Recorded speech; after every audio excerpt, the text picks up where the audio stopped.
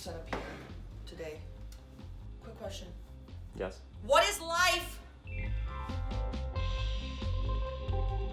everyone, these are insane times, and I found that there aren't really words to express what I've been feeling lately, and I realized it's because those words don't exist.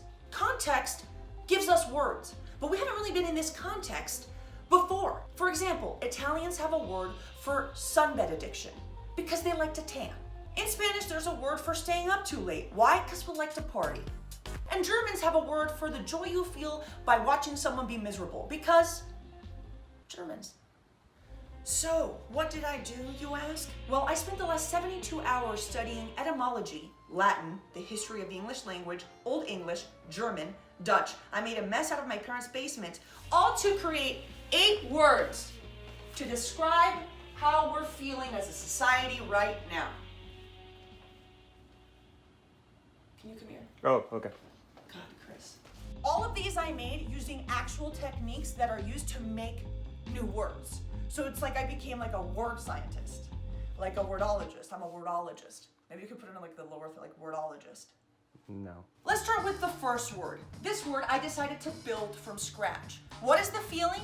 That feeling you get when you're not hungry, but you're still eating. Now I took the base, hung, and decided to build stuff around it. Fun fact, English has both Latin and Germanic root words. Maybe you didn't care, but it doesn't matter. A in Latin means not. 8 in German, that root word means to have eaten. So if we crack out of this a word, we get a hungate. Let me use it in a sentence. Oh no, I'm not eating Pringles dipped in frosting because I'm hungry.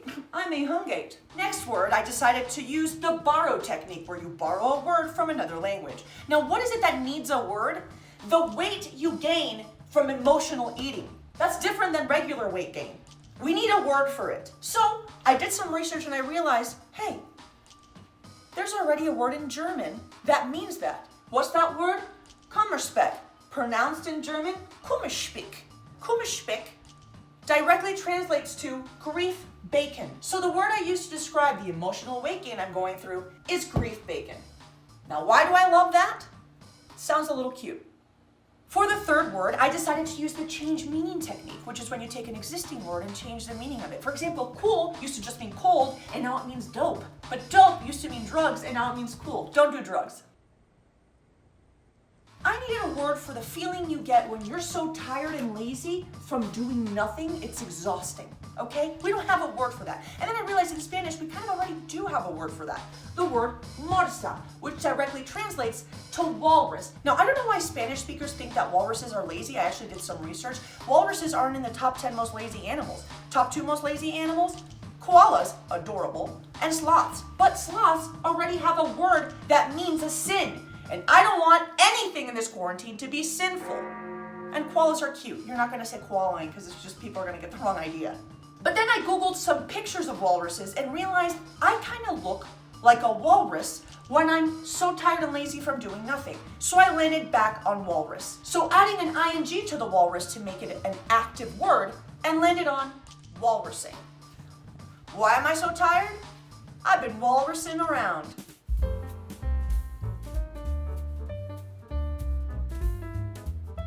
You know what needs a word, Christian? What? This. The laugh you do when you're depressed, so you cover up a cry with a laugh. I decided to build this word from scratch because I love building. Just kidding, you should see the structural integrity of my IKEA furniture. I decided to build this word from Latin root words. So I took the root word for pain and laugh, alg and rid. And then I'm like, algrid, what type of a word is that? No, that sounds like a wizard in a Harry Potter book I never read. You never read Harry Potter? So then I found out there's another root for pain, and it's just the letter O. So how about orid? How about no, it's ugly. That sounds like the name a Brooklyn couple gives their kid to sound interesting. Let's get rid of that. So I was like, scrap Latin. I started doing more research and I realized sad comes from the Dutch word zat, and you know I love Z's. So with this as a base, what thing can I add to it? I started Googling and I realized in Old English, the word for laugh was this. Gleichen.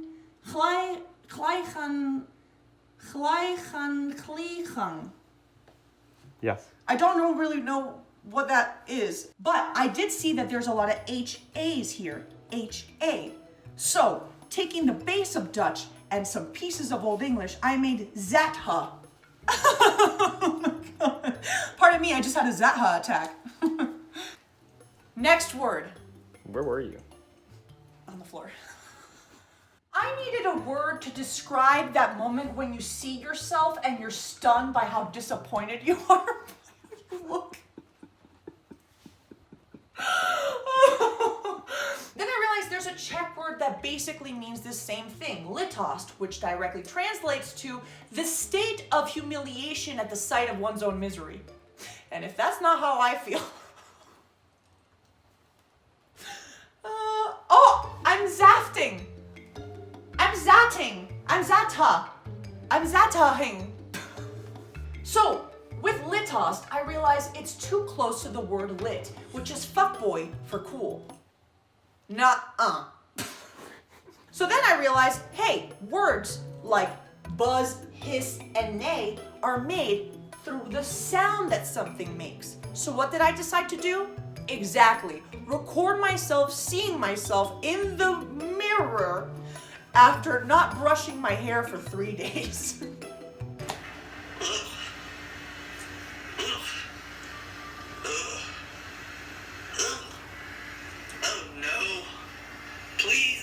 Okay, that's enough. So I found that a lot of the sounds I was making sounded like a sigh, which if I put it in word format is G-U-G, gug, gug.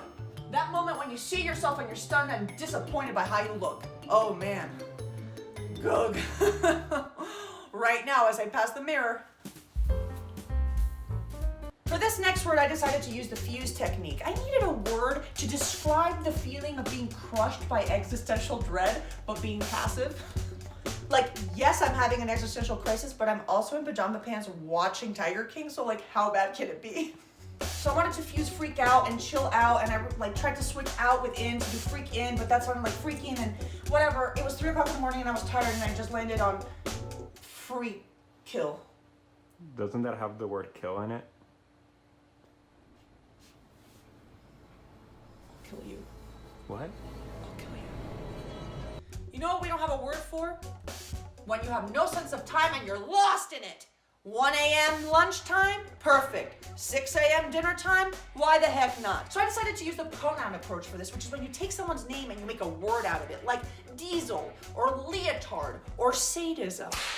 So I started brainstorming TV shows and movies where time makes no sense, and I came up with Back to the Future, Groundhog Day, and Russian Doll. And then I got the main characters of all of those movies and TV shows. Marty McFly, Phil, and Nadia. Now I tried and I failed to create a fun word out of these 3 names. Marty McFly is already ridiculous, Phil is a very boring word, and Nadia, too many vowels. Then I was like, which movie here has exactly the time representation I want to express?